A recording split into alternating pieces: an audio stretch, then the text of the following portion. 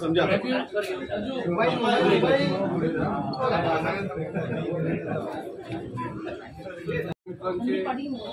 आजच्या या मनसेच्या प्रेस कॉन्फरन्समध्ये स्वागत करतो।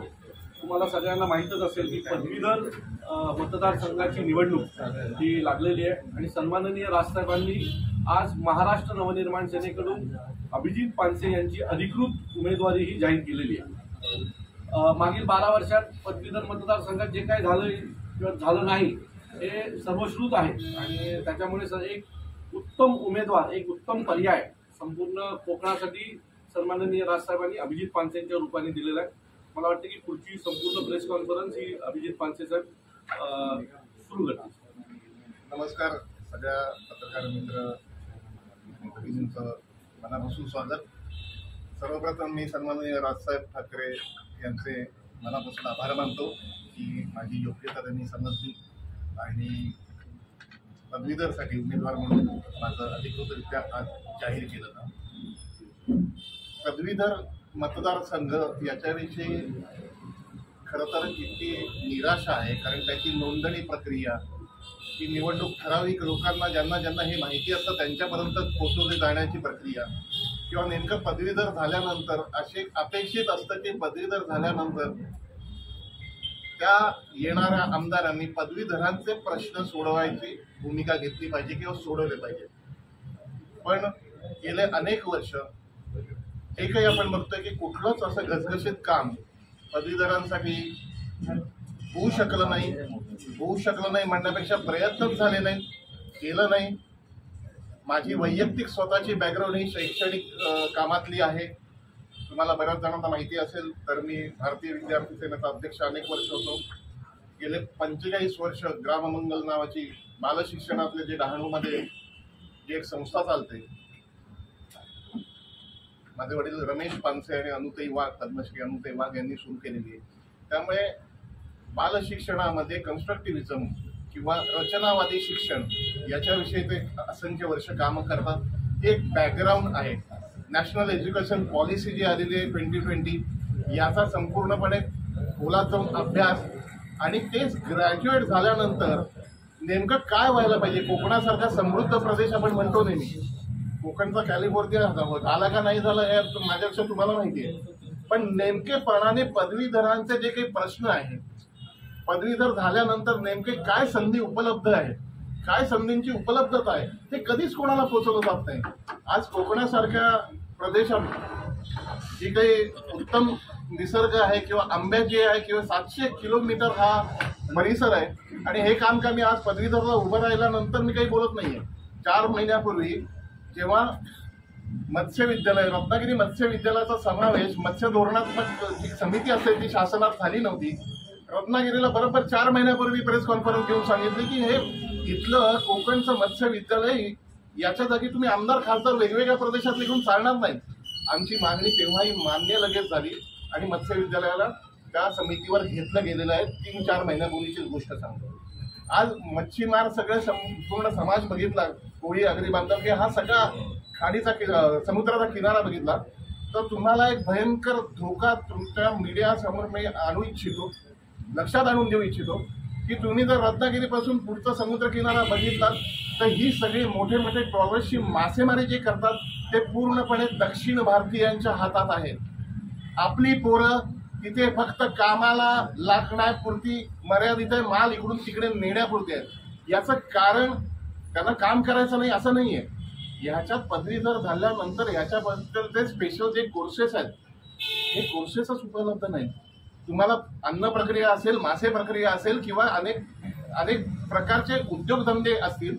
त्यामुळे मी तुमच्यासमोर आता इथे जाहीर करतो मनसेचा उमेदवार म्हणून की आमचा जाहीरनामा नसेल, आमचा वचननामा नसेल, लवकरच आम्ही पूर्ण कोकण पदवीधरमध्ये रोजगारनामा आम्ही आमचा जाहीर करू आणि पदवीधरांचं नेमकं पुढे होतं काय याच्याकडे आजपर्यंत कोणी लक्ष देत नाही, त्याची पुढे भूमिका कोणी मांडत नाही।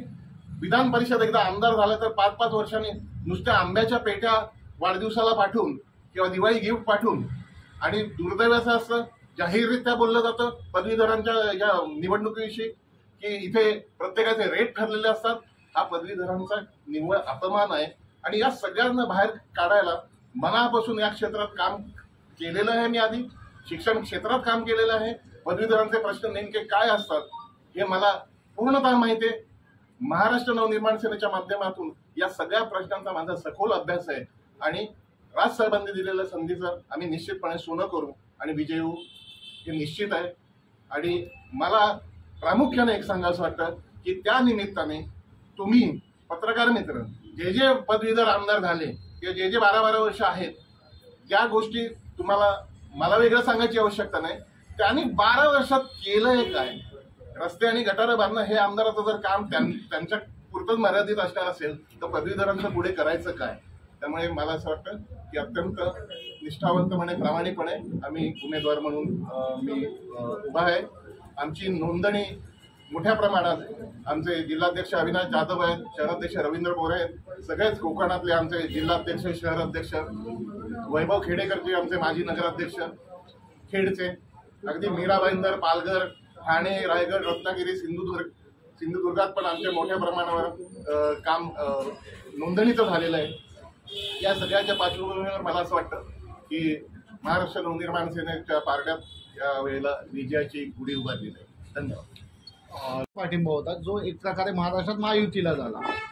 मग ह्या निवडणुकीमध्ये मनसे पूर्ण ताकदीने पूर्ण राज्यामध्ये महायुतीच्या बाजूने प्रचार करताना सगळ्याच्यामध्ये दिसली होती. तर ह्या निवडणुकीनंतर, लोकसभा निवडणुकीनंतर आत्ता विधान परिषदेच्या कोकण पदवीधरासाठी त्या कामाची परतफेड म्हणून महायुतीने तुम्हाला पाठिंबा दिला तर तुम्ही घ्याल का? तुम्ही मागणार का? आम्ही आमचा पक्ष हा आदेशावर चालतो. सन्माननीय राजसाहेबांनी माझी उमेदवारी जाहीर केल्यानंतर महाराष्ट्र नवनिर्माण सेनेचा अधिकृत उमेदवार म्हणून तुम्ही जर पत्र वाचलं असेल तर पक्षाचा अधिकृत उमेदवार म्हणून मला संधी दिलेली आहे. त्यामुळे महाराष्ट्र नवनिर्माण सेना म्हणून मी ही निवडणूक लढत आहे. आणि यातला तुमचं एका प्रश्नाचं उत्तर देतो की हे म्हणाले की संपूर्ण महाराष्ट्रात महाराष्ट्र सैनिकांनी या निवडणुकीला उत्तम काम केलं असं सर्व पक्ष म्हणतात. जर आमची लोक दुसऱ्यांच्या निवडणुकीला एवढं उत्तम काम करू शकतात तर ही आमची स्वतःची निवडणूक आहे. त्यामुळे मी तुम्हाला खात्रीने सांगतो की दोडा मार्गपासून ते पालघरच्या डहाणूपर्यंत आमचे सगळे कार्यकर्ते आज दुपारपासून एवढ्या जोरात कामाला लागलेले आहेत की सगळीकडनं मतदान याद्या या उमेदवार जाहीर झाल्याच्या नंतर दुपारी 2 वाजेपर्यंत प्रत्येक तालुका अध्यक्षांनी जाऊन स्वतःची मतदार यादी घेतली आणि त्यावर काम सुरू केलं.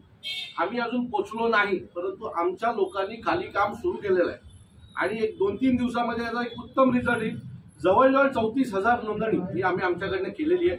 आम्ही आमच्याकडनं आलेले जेवढ्या नोंदणी केलेली आहे त्याच्यात जवळजवळ 85% नावं ही आलेली आहेत, नोंदवून आलेली आहेत. आता आम्ही त्यांच्यावर आमचा कार्यक्रम सुरू केलेला आहे. तुम्ही त्यांच्याकडे पाठिंबा मागणार का महायुतीकडे किंवा भाजपकडे? स्वतंत्र लढणार तुम्ही? आता आमची भूमिका ही स्वतंत्र लढण्याची आहे. आम्ही या बाबतीत कोणाशी कुठल्या प्रकारची चर्चा केली नाही ना त्यांनी आमच्याशी कुठली चर्चा केली ना आम्ही त्यांच्याशी चर्चा केली. आमचा उमेदवार महाराष्ट्र नवनिर्माण सेनेचा असेल आणि महाराष्ट्र नवनिर्माण सेनेचा उमेदवार म्हणून आम्ही आमचं आजपासून काम सुरू केलेलं आहे. नाही, महिन्याभरापूर्वी 2012ला मनसेने निलेश चव्हाण यांना पाठिंबा दिला होता. आता अशी काय गणित आहेत की आता आमच्याकडे 35,000 स्वतः नोंदवलेली मतं आहेत. साधारण मतदारसंख्याची 1.5 लाखाच्या आसपास झाली आहे आता काही. तुम्ही जर ट्रॅक रेकॉर्ड बघाल तर याचं मतदान जे आहे ते 50-55% वर जात नाही. सो आमच्याकडे जर 35,000 मतं असतील तर ती आम्हाला जिंकण्यासाठी खूप आहे. आमच्या केपेला 70% मतदान केलं होतं कारण तुम्ही जेवढे दुसरं एक मी सांगतो की हे तुम्ही लोकसभा विधानसभा हे तुम्ही जर मतदान बघितलं तर ते विशिष्ट माणसाकरता काही विशिष्ट पक्षाकरता होतं. हे पदवीधर जे मतदारसंघ आहेत आणि पदवीधर जे मतदार आहेत ते सुज्ञ मतदार आहेत. त्यामुळे आम्ही केलेली नोंदणी याच्यापेक्षा 35,000 एक बाहेरचं मत मिळणार नाही असं समजू नका. आम्ही अत्यंत योग्य रीतीने प्रामाणिकपणे आम्ही उमेदवारी लढवतोय. त्यामुळे मला असं वाटतं की ज्या प्रकारे 12 वर्ष काही काम झालेलं नाहीये, आम्हाला इतरांनी नोंदवलेली मतं जी आहेत त्याच्यात सुद्धा मोठ्या प्रमाणात मनसेला राजसाहेबांना मानणारा वर्ग आहे आणि आम्ही केलेली कामं आहेत यांना मतदान होईल आणि आमचा विजय सुद्धा होईल. सर तुम्ही एकीकडे म्हणतात आहेत की 12 वर्षात कामं झाली नाहीत. काही दिवसापूर्वी जे आमदार इथे आहेत कोकण पदवीधराचे ते भाजपचेच आहेत आणि काही दिवसांपूर्वी ज्या लोकसभा निवडणुका झाल्या त्याच्यामध्ये तुमच्या पक्षाने 2 मिनिटं त्यांच्या कामांचं कौतुक तुम्ही ऐकलं असेल तर तो रेकॉर्ड मला दाखवून ठेवा. कौतुक करायला भाजप असायला पाहिजे.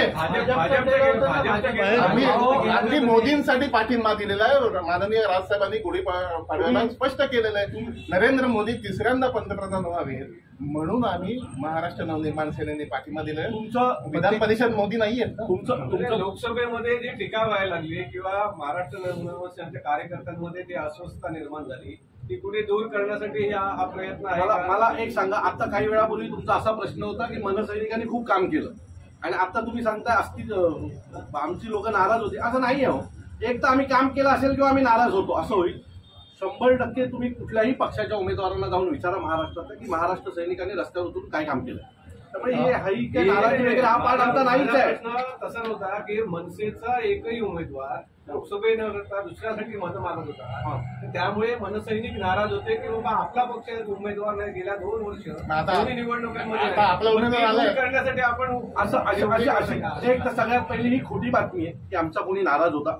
हे बघा, एखाद दुसऱ्या व्यक्तीसाठी तुम्ही हजार लाखो महाराष्ट्र सैनिक काम करत होते ते दुर्लक्ष करू शकणार नाही. बरोबर आहे. आमच्या प्रत्येक मुलांनी प्रामाणिक काम केलं. 1-2 जण असू शकतात, लाखोच्या संख्येने ज्याला कार्यकर्ते काम करतात. तुमच्या पत्रकारातही 2 भूमिका असू शकतात. तसे 1-2-4 जण जर तुम्ही सोडून जर विचार कराल तर लाखोच्या संख्येने आमच्या मुलांनी काम केले. त्यामुळे ती नाराजी नाही. उलट आम्हाला आनंद या गोष्टीचा आहे की आमची जी मुलं ज्या पद्धतीने रस्त्यावर उतरली होती लोकसभेला त्याच पद्धतीने त्याच जोशाने या पदवीधरला ते उतरते. कोकण पदवीधरसाठी वैभव खेडेकर हे पण इच्छुक होते. त्यांनी तशी इच्छा पण व्यक्त करून दाखवली की आम्ही कोकण पदवीधरसाठी मी राजसाहेबांशी बोलणार. पण ते आधी आता तुम्हाला तिकीट दिले ते तुमच्या मला अभिनंदनाचा वैभव खेडेकरचा आला. आम्हाला पहिला अभिनंदनाचा फोन मला वैभवजींचा आला.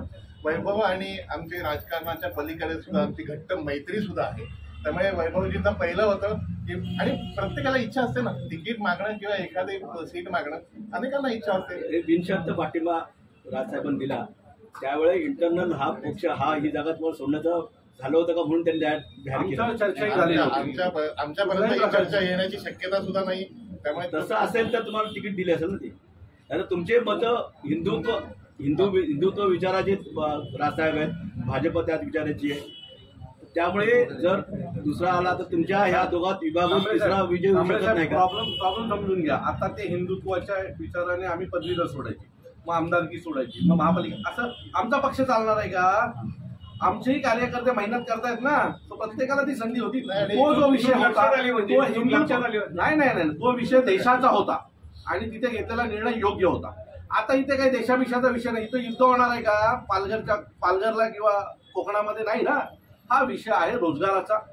इथले जे ग्रॅज्युएट जी झालेली तरुण आहेत त्यांना रोजगार नाही आहे, विविध त्यांच्या अडचणी आहेत. या विषयावरही निवडणूक होणार आहे. इथे कुठेही सर्जिकल स्ट्राईक नाहीये, 370 नाहीये. होणार आहे असं तुम्हाला अपेक्षित आहे? आमची मैत्रीपूर्व लढत होईल. जी गोष्ट झाली नाही ती आम्ही ठोसून बोलणार आणि त्याच्यावर मतदारांकडे जाऊन मतं मागणार. अविनाश, रोजगारचा विषय हा नॅशनल विषयच होता त्यावेळी पण तो आता आपल्याकडे पण आहे ना.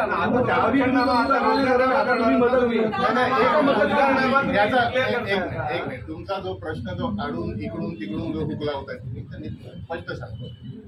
लोकसभेला आम्ही नरेंद्र मोदी तिसऱ्यांदा पंतप्रधान होणार म्हणून राजसाहेबांनी सांगितलं पाठिंबा आम्ही विनाशर्त दिलेला आहे. विनाशर्त पाठिंब्याला आमचा पक्ष पहिल्यांदाच मी वाक्य बोललो आदेशावर चालतो साहेबांनी आदेश दिला. सगळे महाराष्ट्र सैनिक रस्त्यावर उतरले. तुम्ही सगळ्यांनी महाराष्ट्रात बघितलं. याच्यानंतर त्याच वेळेला तुम्ही एक वाक्य राजसाहेबांचं मिस करताय. मला असं वाटतं वर्धापन दिनाच्या भाषणात होतं की येणारी प्रत्येक निवडणूक महाराष्ट्र नवनिर्माण सेना लढणार आहे. त्यामुळे लोकसभेला विनाशर्त पाठिंबा दिला हे एक्सेप्शन होतं. आता याच्या प्रत्येक निवडणुका आम्ही लढणारच आहोत. ह्याला धरून प्रश्न असा आहे की तुम्ही लोकसभेला एकही जागा घेतली नाही, तुम्ही बिनशर्त पाठिंबा देऊन निवडणूक लढला. आता तुम्हाला अशी अपेक्षा नाहीये का ज्यांच्यासाठी तुम्ही मैदानात उतरला, ज्यांच्यासाठी मतं मागितली, त्यांनी मोठेपणा दाखवून तुम्हालाही कोकण पदवीधरमध्ये बिनशर्त पाठिंबा द्यावा? तुम्ही विचारा ना. आम्ही तुम्हाला विचारतोय. आम्ही तुम्हाला तुमची अपेक्षा नाही, तेच विचारायचं आहे. तुमची अपेक्षा नाहीये का त्यांच्याकडून तुम्हाला बिनशर्त पाठिंबा मिळावा? लोकसभेच्या 543 जागेच्या बदल्यात कोकण पदवीधरची एक जागा ते सोडू शकतात का?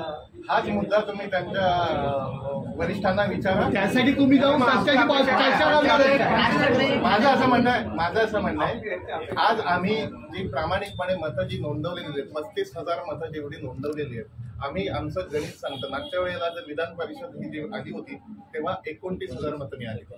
आमची हक्काची 35,000 मतं आहेत. वरती इतर मतं आम्हाला घेण्याची बोलणं चालू आहे. काही लोकांचे मला फोन सकाळपासून जे आलेले आहेत ते मी आता सांगू इच्छित नाही, पण प्रचंड मोठ्या प्रमाणात पाठिंबा आम्हाला मिळालेला आहे. त्यामुळे आम्ही आमचं गणित हे विजयाचं गणित म्हणून मानतोय आणि विजयाचं गणित जर आमचं असेल तर ती सीट आम्ही लढवणं आम्हाला अपेक्षित आहे, गरजेचं आहे आणि पक्ष म्हणून आम्ही ती लढवणार. रत्नागिरीला जाऊन तुम्ही सिंधुदुर्गला जाऊन राणेंना विचारा महाराष्ट्र सैनिकांनी काय काम केलं होतं आणि तिकडे जाऊन तुम्ही पालघरमध्ये तर मी स्वतः काम करतो. त्यामुळे आमचे महाराष्ट्र सैनिक कुठे कुठे आहेत त्याची आमच्याकडे यादी नीट आहे. तुम्हाला पाहिजे असेल तर प्रोव्हाइड केली जाईल मतदारासहित. त्यामुळे बिलकुल काळजी करू नका. तुम्हाला महाराष्ट्र नवनिर्माण सेनेचा उमेदवार विजय झालेला दिसेल. आम्ही आमची तयारी केली. त्यांना असं वाटत असेल की मनसैनिकांनी उत्तम काम केलेलं आहे तर ते सोडू शकतात. आम्ही कुठली मागणी करायला जाणार नाही. ह्याचा निर्णय काय आमच्या पातळीवर होणार नाही. तो वरिष्ठ पातळीवर राजसाहेब निर्णय झाला तर राजसाहेब